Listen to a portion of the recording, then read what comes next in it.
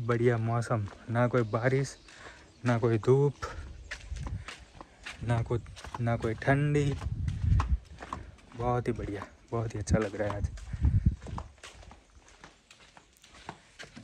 शायद हमारा दूध हो गया होगा, नहीं अभी तो हुआ होगा। सो गाइस एक प्रॉब्लम हो गई है। तो आज से कुछ 2 साल पहले मैंने इंटरनेट वाईफाई लिया हुआ था, तो वो मैंने फिर 6 महीने पहले शायद बंद करवा दिया था, क्योंकि मैंने घर चेंज कर लिया था। तो मैंने बंद करवा के फिर नया इंटरनेट वाईफाई ले लिया है। लेकिन जो पुराना वाईफाई था उसका मुझे जब मैंने बंद करवाया उसके बाद 3 महीने बाद उन्होंने मुझे एक मेल किया था कि आपने अपना वाईफाई का वो मॉडेम और जो सारे कुछ इलेक्ट्रॉनिक्स जो इक्विपमेंट आते हैं वो आपने लौटाए नहीं है। तो मैं एक्चुअली भूल गया था। तो फिर जब जैसे ही उनका मेल आया तो मैंने फिर वो इक्विपमेंट उनको 3 महीने बाद लौटा दिए थे। जब उनका मेल आया तभी जाके मैंने उनको लौटा दिया था। तब उन्होंने मेरा एक इश्यू किया था 120 यूरो का एक बिल इश्यू किया था कि भाई ये आपकी पेनल्टी है, क्योंकि 3 महीने तक हमने वो रिटर्न नहीं किया था। तो उसकी वजह से उन्होंने मुझे एक पेनल्टी दी थी। लेकिन मैं जब फिर उनको जो इक्विपमेंट था जो इंटरनेट वाईफाई का, वो जब मैं उनको लौटाने गया तब मैंने उनको पूछा था कि कुछ पे करना है, तो उन्होंने मना किया था कि नहीं, क्योंकि आपने रिटर्न कर दिया है तो आपको कुछ पे करने की ज़रूरत नहीं है।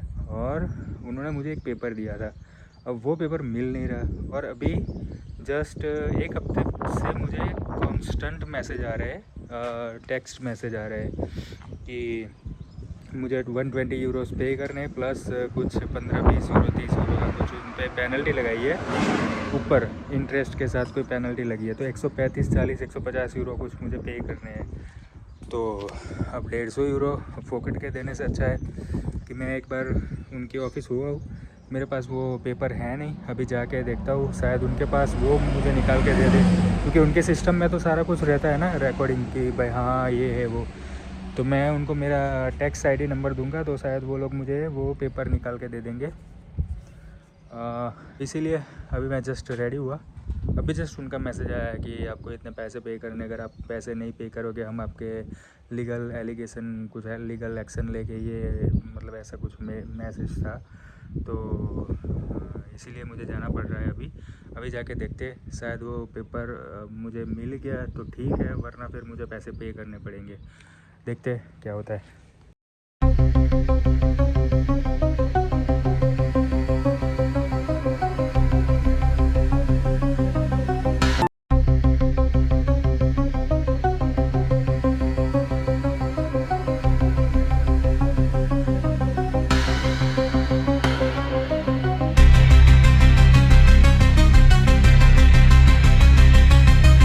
जब मैंने वो इंटरनेट वाईफाई बंद करवाया था तब उन्होंने मुझे ऐसा कुछ बताया नहीं था कि आपको ये रिटर्न करने हैं इक्विपमेंट्स। इसी की वजह से मैंने उनको रिटर्न नहीं किया था, क्योंकि मुझे पता ही नहीं था कि वो चीज़ रिटर्न करनी है। तो क्योंकि जब मैंने पहला बिल मेरा आया था, जब मैंने वाईफाई लिया था, जब अभी भी मैंने नया वाईफाई लिया, तो उसमें जो मेरा पहला बिल था, जो उसमें इसका चार्जेस ऑलरेडी उन्होंने मेंशन किया हुआ था। मैंने पे किया हुआ था कुछ 60 यूरो ऐसा कुछ।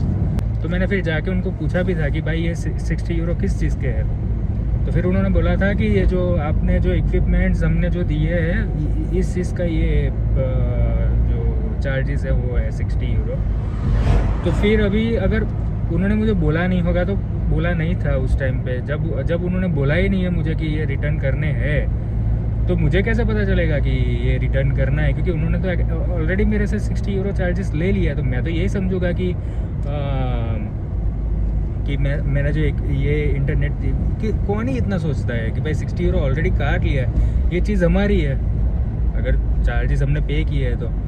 लेकिन अभी इनका ये रूल है कि हमने जब सर्विस बंद करवाई तो वो रिटर्न करना है। तो मैं अभी जाके उनसे पूछता हूँ कि ये कैसे हुआ, क्या कि अगर ऑलरेडी आपने 60 यूरो चार्जेस ले लिए हैं तो फिर से क्यों आप मुझे पहले तो लौटाना ही नहीं चाहिए, क्योंकि ये चीज़ मेरी है अगर मैंने पे किया है तो। अगर वो लोग कहेंगे, मुझे लगता है कि ये शायद उन्होंने 60 यूरो चार्जेस जो लिया था वो 2 साल के लिए लिया था और वो शायद होगा इनका रेंट।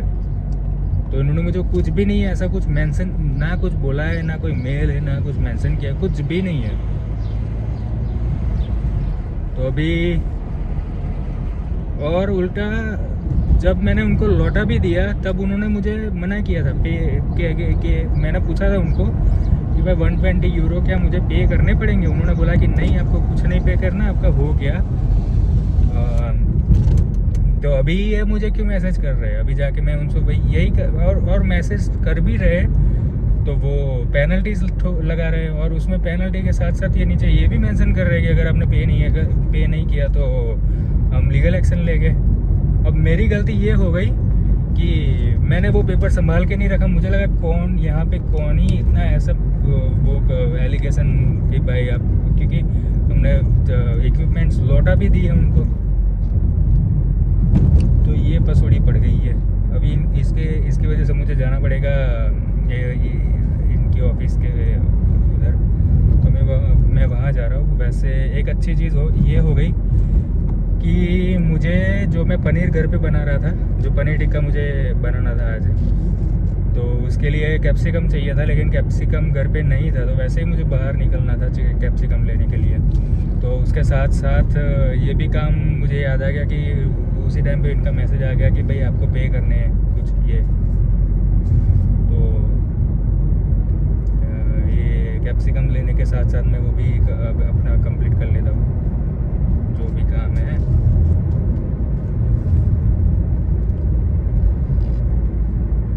अगर तो उन्होंने मुझे ये पेपर नहीं दिया या तो फिर उनके पास कोई सिस्टम में रिकॉर्ड नहीं होगा, तब तो भैया पक्का मुझे ये लोग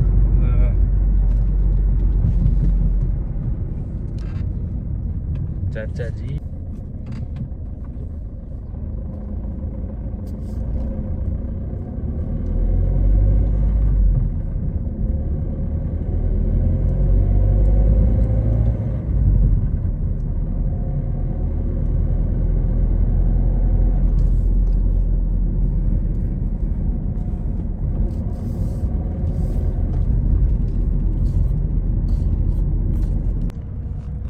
गाइस, कंस्ट्रक्शन का काम चल रहा है, रास्ता ब्लॉक है।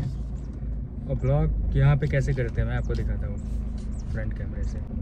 तो अभी ये सभी गाड़ियाँ खड़ी है, ठीक है। अभी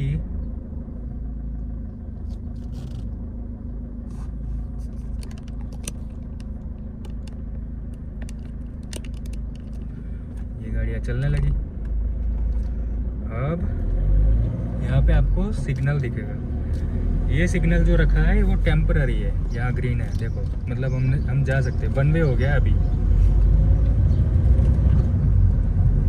सामने से कोई व्हीकल नहीं आ सकता क्योंकि उनके पास ये गाड़ियाँ खड़ी देखो।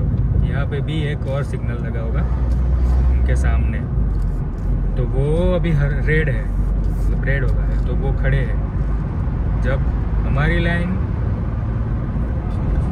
जब एक लाइन रेड होती है दूसरी ग्रीन, तो 1 वे कर देते हैं ये लोग। अगर कोई कंस्ट्रक्शन का काम चल रहा है, कुछ भी चल रहा है, अगर एक्सीडेंट हुआ है कुछ भी, तो ये लोग ऐसे करते हैं। और वो ऑटोमेटिक होता है सब कुछ मैनेज, बस उनको सिर्फ ला के रखना है। वो दोनों लाइट्स, दोनों साइड की लाइट्स ऑल्टरनेटिवली चेंज होती रहती है, ग्रीन हरी, ग्रीन और रेड। ऑलमोस्ट पहुंच चुका हूँ गाइस, ऑलमोस्ट 15-20 मिनट और शायद। सो गाइस फाइनली हम लोग पहुँच चुके हैं। मैंने गाड़ी पार्किंग में लगा दी है, अब चलते उधर।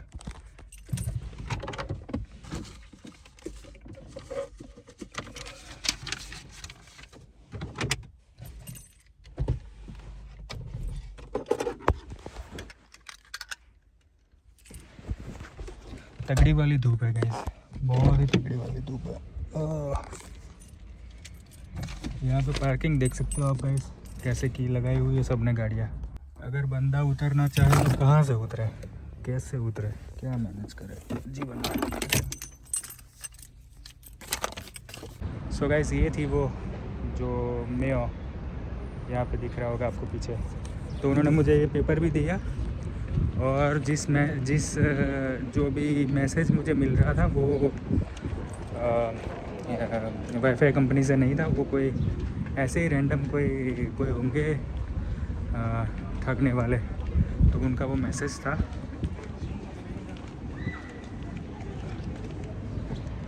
जो कि शायद कोई फ्रॉड करना चाहते थे मेरे साथ। लेकिन वो जो मैसेज था उसके अलावा जब मैं वहाँ पे गया तब मुझे वो पता चला, जो कि मैं जानता ही नहीं था, जो कि मुझे पता ही नहीं था कि वहाँ पे ये चीज़ ऑलरेडी चल रही थी कि मुझे पे करने हैं।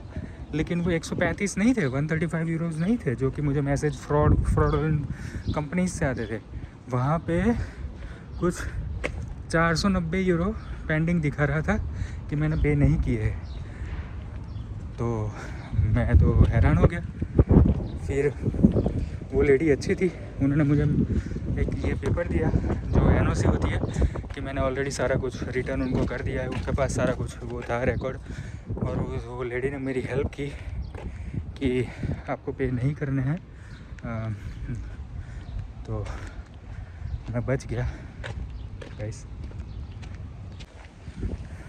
पार्किंग का चार्जेस पे करना है, लेकिन ये तो बंद ही कर रहा है।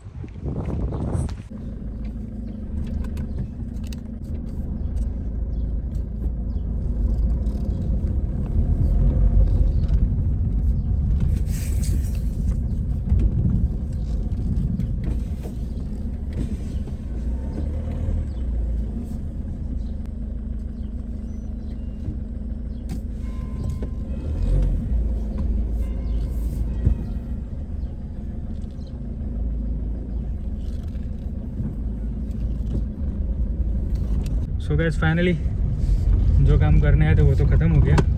लेकिन अभी सुना था मैं आपको क्या हुआ। वो लेडी ने मुझे बताया, वो मैं सुन के ही चौंक हो गया। आप भी हैरान हो जाओगे गाइस। वो जो नंबर था, जिस नंबर से मुझे मैसेजेस आ रहे थे, वो नंबर था कोई जो फ्रॉड करते हैं, जो फ्रॉडलेंट लोग होते हैं उनका था।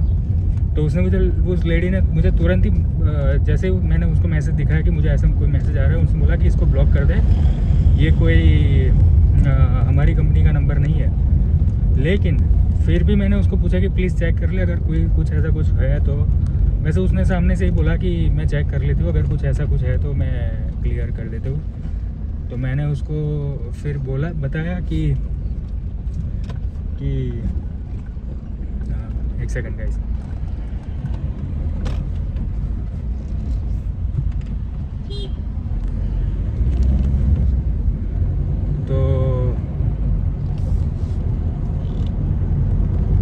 तो फिर मैंने उसको पूछा कि अगर ऐसा कुछ है तो बता मुझे पे करने वाला। तो उसने सिस्टम में जब चेक किया तब 135 यूरो नहीं था गाइस, 490 यूरो मुझे पे करने थे पेनल्टीज़ के साथ। वही रीज़न था कि कहीं से इनको इन्फॉर्मेशन मिल गई होगी फ्रॉडलेंट लोगों को कि मैंने लेट पे जमा करवाया है अपना वो इक्विपमेंट। तो इनको अगर कहीं से इन्फॉर्मेशन मिल गई होगी तो इन्होंने फिर मुझे 135 का मैसेज करना स्टार्ट कर दिया। लेकिन सिस्टम में तो कुछ दिखा रहा था 490 यूरो, मतलब इंडिया का 50,000 रुपये, जो कि सिर्फ मुझे इक्विपमेंट्स ना लौटाने की फ़ीस थी। पर क्योंकि मैंने टाइम पे लौटा दिया था इक्विपमेंट्स, बस मेरे पास वो पेपर नहीं था। वो लेडी को मैंने रिक्वेस्ट की कि प्लीज़ ऐसा अगर मुझे पे करने बता, वरना फिर इसको क्लियर करवा दे प्लीज़। तो उसने मुझे एक पेपर फिट्स जो मुझे पहले जो पेपर दिया था वही पेपर उसने मुझे निकाल के फिर से दिया, जो कि एनओसी है कि मुझे कुछ नहीं पे करना है। और जो 490 यूरो पे करने वाले थे वो उसने अपने सिस्टम से क्लियर करवा दिया, मतलब ऊपर मेल कुछ किया होगा उसने। तो उसने बोला कि नहीं कुछ नहीं पे करना है। पर गाइस ये चीज़ मुझे तो जब उसने बताई कि अब मुझे इतने पे करने, तभी मुझे तो चक्कर आने लगे कि इतने कैसे हो गए। अगर 100-150 यूरो फालतू का चला जाए वो भी दर्द तो होता ही है। पर फिर भी चलो ठीक है कि अगर कुछ पैसा ज़्यादा लग रहा है तो कोई प्रॉब्लम नहीं है। पर 490 तो कुछ ज़्यादा बहुत ही ज़्यादा हो गया गाइस। पर चलो कोई नहीं, आज हो गया, अभी कुछ पे नहीं करना है, अभी क्लीन है सारा कुछ। सो और एक चीज़ कि कल हम लोगों ने फिर वो पनीर तो बना लिया था, लेकिन हमने कुछ मैंने पनीर तो बनाया था, लेकिन कल फिर मैं शूट नहीं कर पाया था क्योंकि मुझे अर्जेंटली कहीं पे जाना पड़ा था। ना ही हम वो पनीर टिक्का बना पाए थे। तो वो पनीर टिक्का हम बनाएंगे आज। तो अभी मुझे लेने हैं कैप्सिकम ऑनियन वगैरह। तो अभी मैं कैप्सिकम ऑनियन लेने के लिए जा रहा हूँ। और अभी हुए हैं दोपहर के 3 या 4, शायद 4 बजे, 3:30 हुए। तो अभी मेरा 4 बजे अपनी काम से फ्री होगी, फिर वो मुझे मिलेगी घर पे डायरेक्टली। सो चलो गाइस, अभी लेने चलते हैं कैप्सिकम और प्याज।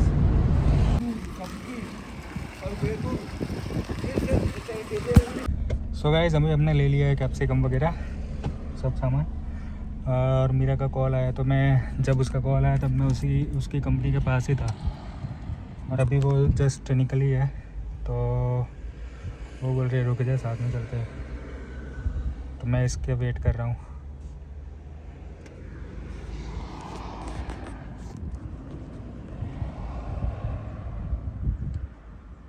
ओके गाइस, सो कोई नहीं, मैं आपसे मिलता हूँ घर पे जाके।